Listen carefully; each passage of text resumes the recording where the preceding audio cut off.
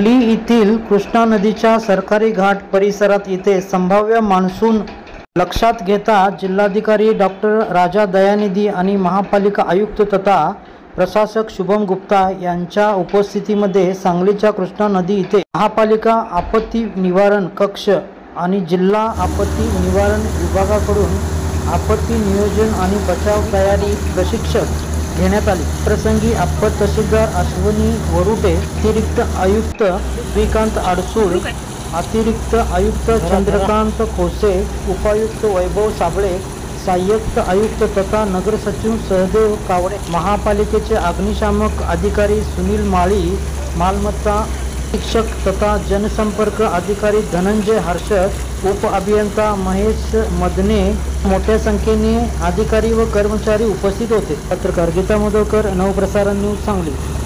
पालिका प्रशासनच्या वतीने आपण सगळ्यांना माहीतच आहे की जी पूर्व तयारी करायची होती त्यामध्ये आज मॉकड्रिल करण्यात आली। त्यामध्ये पहिला जिल्हाधिकारी महोदय आणि आम्ही आणि आमची यंत्रणांनी पूर्ण कृष्णा नदीच्या पूर अवस्थामध्ये काय स्वतः पाण्यात जाऊन पाहणी पण केली आहे आणि एक रेस्क्यू ड्रिल पण करण्यात आलेली आहे।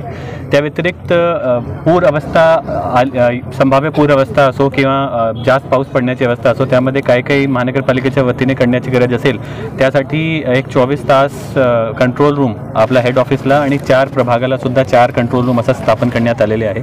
त्याच्यासाठी 2 फोन नंबर्स प्रत्येक कंट्रोल रूमचे पण लवकरात आम्ही नागरिकाच्या सोयीसाठी आम्ही जाहीर करणार आहोत।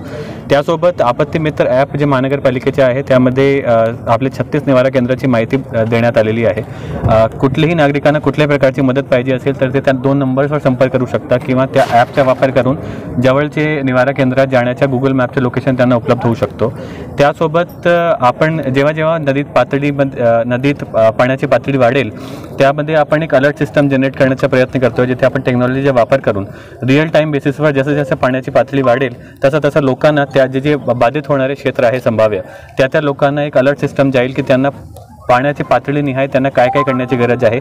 जर त्यांना बाहेर पडण्याची गरज पडली तरी पण तसा मेसेज त्यांना जाईल आणि शेवटी रेस्क्यू करण्याची गरज पडली तरी आपली यंत्रणा पूर्णपणे सुसज्ज आहे।